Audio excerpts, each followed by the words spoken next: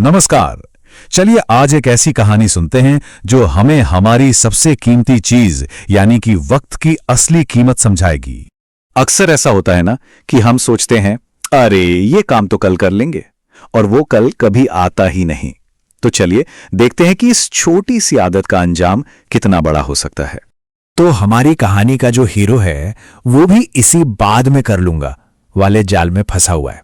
ये है गौरव, दिमाग से बहुत तेज, होशियार, लेकिन उसकी एक आदत उसकी सारी काबिलियत पर पानी फेर देती थी, और वो आदत थी आलस।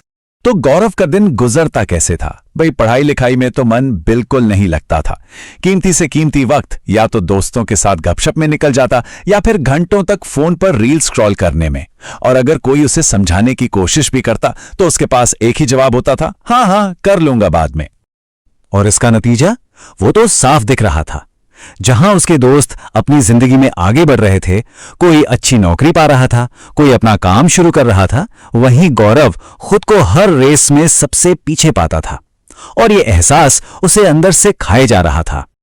आखिरकार अपनी इस हालत से तंग आकर गौरव ने फैसला किया कि अब कुछ करना ही होगा। उसने शहर के एक बहुत ही ज्ञानी और समझदार बुजुर्ग के बारे में सुना था और वो उन्हीं के पास मदद के लिए पहुंचा। तो चलिए अब उस कहानी को सुनते हैं जो उन बुजुर्ग ने गौरव को सुनाई। एक कहानी जिसने गौरव की जिंदगी बदल दी।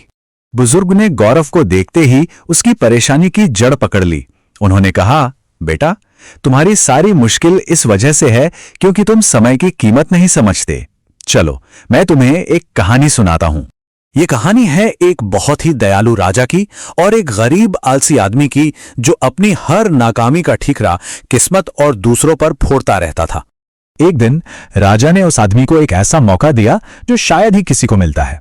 राजा ने कहा, तुम सूरज ढलने से पहले मेरे खजाने में आ जाओ और जितना सोना चांदी तुम उठा सकते हो वो सब तुम्हारा हो जाएगा।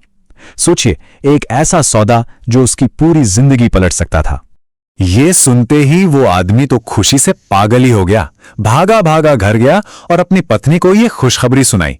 उसकी पत्नी समझदार थी। उसने कहा, अरे ये सोचने का वक्त नहीं है, एक पल भी बर्बाद मत करो और फौरन महल के लिए निकलो।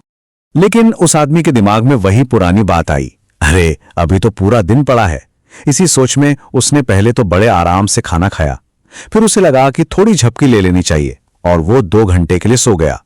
जब वो महल के रास्ते पर चला तो धूप से बचने के लिए एक पेड़ के नीचे सुस्ताने लगा और वहां उसे फिर से नींद आ गई।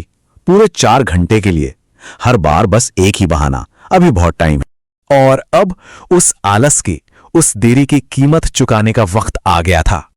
और फिर अचानक उसकी आंख खुली। उसने देखा कि सूरज तो बस डूबने ही वाला है। वो घबरा गया, हड़बड़ाकर उठा और अपनी पूरी जान लगाकर महल की तरफ दौड़ा। शायद अब भी बात बन जाए। लेकिन अब बहुत देर हो चुकी थी। जहां उसे सोना चांदी मिलना था, वहां उसे मिले महल के बंद दरवाजे। एक अमीर और इज्जत की जिंदगी के सपने की जगह उसके हाथ आया तो सिर्फ गहरा पछतावा और एक खाली भविष्य। कहानी तो यहां खत्म हो गई, लेकिन इसका असली सबक अब शुरू होता है। यह सबक गौरव के लिए था और हम सब के लिए भी। ये कहानी सुनकर गौरव तो जैसे सुन पड़ गया। उसके पास कहने के लिए एक शब्द भी नहीं था। उसे लगा जैसे किसी ने आईना दिखा दिया हो। आज उसे पहली बार एहसास हुआ कि वो अब तक कितनी बड़ी गलती करता आ रहा था। तो इस कहानी का सबसे बड़ा और सीधा सबक यही है, जो वक्त एक बार हाथ से निकल गया वो फिर कभी किसी भी कीमत पर लौट कर नहीं आता।